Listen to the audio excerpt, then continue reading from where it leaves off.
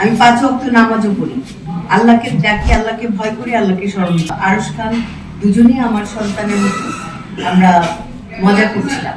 আমাদের সুনেহরা বিনতে কামাল সে ওটা ছোট্ট করে ভিডিও ধারণ করেছিল। ওটা হচ্ছে আমাদের একদিন শুটিং প্যাক আপ হয়ে গিয়েছিল বিকেল 5টায়।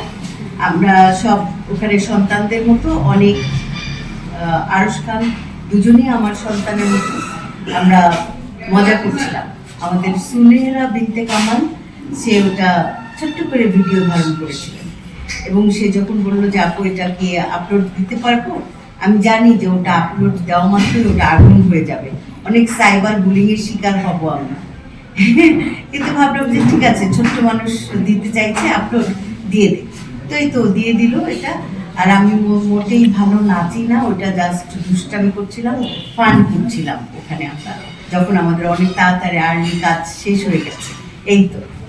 আপনার জীবনকে খুব উদযাপন করেন, এটা হলো মূল। আমি জীবনকে যাপন করি না, জীবনকে উদযাপন করি এবং মৃত্যুর আগ পর্যন্ত আমি জীবনকে উদযাপনই করে যাব। শুধুমাত্র জীবনকে উদযাপনই করি তা না, আমি 5 ওয়াক্ত নামাজও পড়ি, আল্লাহকে ডাকি, আল্লাহকে ভয় করি, আল্লাহকে স্মরণ করি।